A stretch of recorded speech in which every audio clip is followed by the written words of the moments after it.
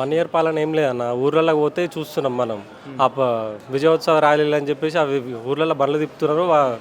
మేమేం చేయనవసరం లేదు, ప్రజలే వాళ్ళని తిప్పి కొడుతున్నారు, చెప్పులు విసిరేస్తారు, వాళ్ళ బండ్ల మీద బండ్లు ఆపేసి ఎలగొట్టిస్తారు. మనం ఏం చెప్పనవసరం లేదు ఇంకా 1 ఇయర్ పాలన.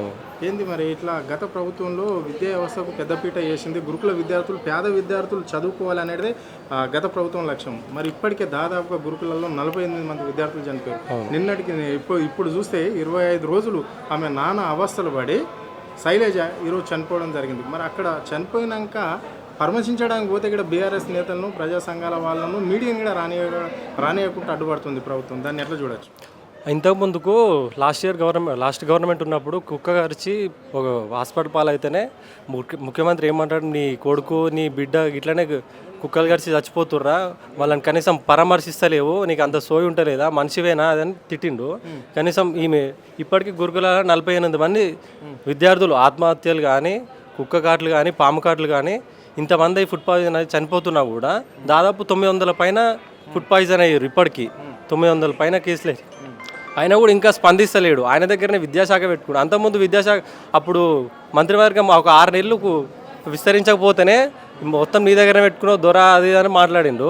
ఇప్పుడు రేవంత్ రెడ్డి ఇప్పుడు సంవత్సరం అవుతుంది, ఇంకో వారం అయితే సంవత్సరం కావస్తుంది. ఇప్పటి వరకు కూడా ఆ మంత్రివర్గం విస్తరణ లేదు. హోంమంత్రి ఆయన దగ్గర పెట్టుకుని లా అండ్ ఆర్డర్ సరిగా లేదు. విద్యాశాఖ పెట్టుకుంటూ గురుకులాలు ఫుడ్ పాయిజన్లు అవుతున్నాయి, అన్నీ ఆయన దగ్గర పెట్టుకుంటూ ఏం చేస్తలేడు ఇంతవరకు. అట్లా నడుస్తుంది. ఆయన ఉద్దేశం ఒకటే, ఆయన బిడ్డ పెళ్ళప్పుడు నన్ను లోపటేసిర్రు, నన్ను జైలు వేసిర్రు, నేను కూడా వీళ్ళని వెయ్యాలి అనే ఆలోచన ఒక్కటే తప్ప ఆయన అంటే పట్టపగలు సూట్ కేసులతో 50 లక్షల నోట్ల కట్టలతో రెడ్ హ్యాండెడ్గా దొరికిండు. అట్లా వేసిర్రు ఆయనను. అంటే వీళ్ళేం ఉద్దేశపూర్వకంగా వేయలేదు, ఆయన దొరికిండు, తెలంగాణ ఇట్లా చేద్దామన్నాడు కాబట్టి దొరికిండు.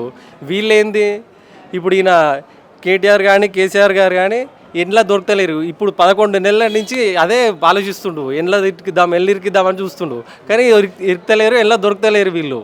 ఆయన బాధ అది. దొరికితే ఎండ్లనైనా ఫాల్స్ కేసు పెట్టి లోపలేద్దామని చూస్తున్నాడు. 6 గ్యారంటీలు ఎంత తక్కువ మాట్లాడుకుంటే అంత మంచిదనా. ఊర్లలో పోతనైతే ఇక బండబూతులు తిడుతున్నారు. ఆ మాటను మనం చెప్పుకోలేము.